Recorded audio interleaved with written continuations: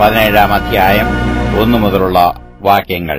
പിന്നെ 7 കലശമുള്ള 7 ദൂതന്മാരിൽ ഒരുവൻ വന്നു എന്നോട് സംസാരിച്ചു, വരിക, ഭൂമിയിലെ രാജാക്കന്മാരോട് വേശ്യാവൃത്തി ചെയ്തു തന്റെ വേശ്യാവൃത്തിയുടെ മദ്യത്താൽ ഭൂവാസികളെ മത്തരാക്കിയവളായി പെരുവെള്ളത്തിന്മീതെ ഇരിക്കുന്ന മഹാവേശ്യയുടെ ന്യായവിധി ഞാൻ കാണിച്ചു തരാമെന്ന് പറഞ്ഞു.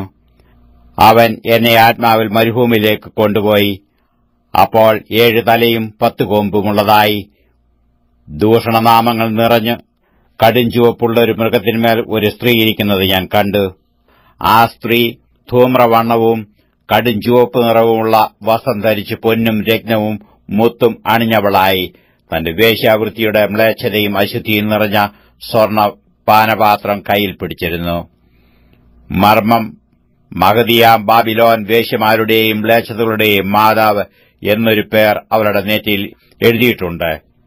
വിശുദ്ധന്മാരുടെ രക്തവും യേശുവിന്റെ സാക്ഷികളുടെ രക്തവും കുടിച്ച് സ്ത്രീ മത്തയായിരിക്കുന്നത് ഞാൻ കണ്ടു. അവളെ കണ്ടിട്ട് അത്യന്തം ആശ്ചര്യപ്പെട്ടു. ദൂതൻ എന്നോട് പറഞ്ഞത്, നീ ആശ്ചര്യപ്പെടുന്നതെന്ത്? ഈ സ്ത്രീയുടെയും 7 തലയും 10 കൊമ്പുമുള്ളതായി അവളെ ചുമക്കുന്ന മൃഗത്തിന്റെയും മർമ്മം ഞാൻ പറഞ്ഞുതരാം. നീ കണ്ട മൃഗമോ ഉണ്ടായിരുന്നതും ഇപ്പോൾ ഇല്ലാത്തതും ഇനിയും അഗാധത്തിൽ നിന്ന് കയറി നാശത്തിലേക്ക് പോകുവാൻ ഇരിക്കുന്നതുമാകുന്നു. ഉണ്ടായിരുന്നതും ഇല്ലാത്തതും വരുവാനുള്ളതുമായ മൃഗത്തെ ലോകസ്ഥാപനം മുതൽ ജീവപുസ്തകത്തിൽ പേർ എഴുതിയിരിക്കുന്ന ഭൂവാസികൾ കണ്ട് അതിശയിക്കും. ഇവിടെ ജ്ഞാനബുദ്ധി ഉണ്ട്. തല 7 സ്ത്രീ ഇരിക്കുന്ന 7 മലയാകുന്നു. അവ 7 രാജാക്കന്മാരുമാകുന്നു. 5 പേർ വീണുപോയി.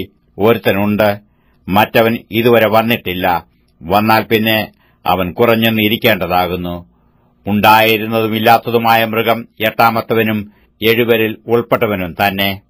അവൻ നാശത്തിലേക്ക് പോകുന്നു. നീ കണ്ട 10 കൊമ്പ് 10 രാജാക്കന്മാർ. അവർ ഇതുവരെ രാജ്യത്വം പ്രാപിച്ചിട്ടില്ല. മൃഗത്തോട് ഒന്നിച്ചു 1 നാഴിക നേരത്തേക്ക് രാജാക്കന്മാരെ പോലെ അധികാരം പ്രാപിക്കും താനും. ഇവർ ഒരേ അഭിപ്രായമുള്ളവർ. തങ്ങളുടെ ശക്തിയും അധികാരവും മൃഗത്തിന് ഏൽപ്പിച്ചു കൊടുക്കുന്നു. അവർ കുഞ്ഞാടിനോട് പോരാടും.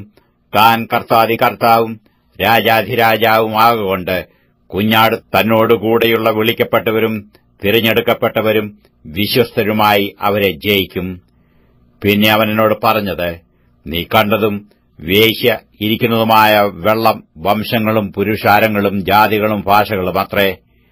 നീ കണ്ട 10 കൊമ്പും മൃഗവും വേശ്യയെ ദ്വേഷിച്ച് ശൂന്യവും നഗ്നവുമാക്കി അവളുടെ മാംസം തിന്നു കളയും. അവളെ തീ കൊണ്ട് ദഹിപ്പിക്കുകയും ചെയ്യും. ദൈവത്തിന്റെ വചനം നിവൃത്തിയാകുവോളം തന്റെ ഹിതം ചെയ്യുവാനും ഒരേ അഭിപ്രായം നടത്തുവാനും തങ്ങളുടെ രാജ്യത്വം മൃഗത്തിന് കൊടുപ്പാനും ദൈവം അവരുടെ ഹൃദയത്തിൽ തോന്നിച്ചു. നീ കണ്ട സ്ത്രീയോ ഭൂരാജാക്കന്മാരുടെ മേൽ രാജ്യത്വമുള്ള മഹാനഗരം തന്നെ.